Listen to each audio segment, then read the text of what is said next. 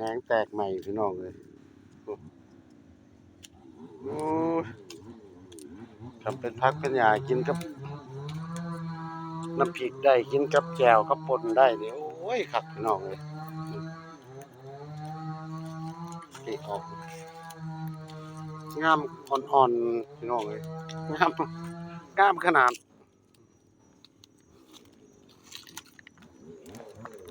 แย่งอาหารบักอย่างคักเลยแหละพี่น้องเลย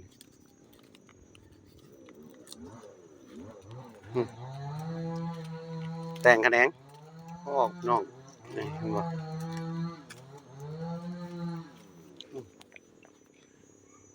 ทางพุ่นก็ตัดยางบูเสียงอึ้งๆอ้างๆอยู่ทางพุ่นก็เลยสวนทางข้างพุ่นเบิ่งแน่นี่งามอีหลีพี่น้องเอ้ยนี่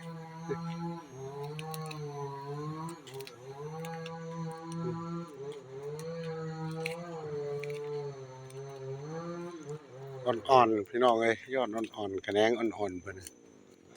ตัวแย่งอาหารเลยเด้อนี่โอ้เอ้าสำนี้ล่ะพี่น้อง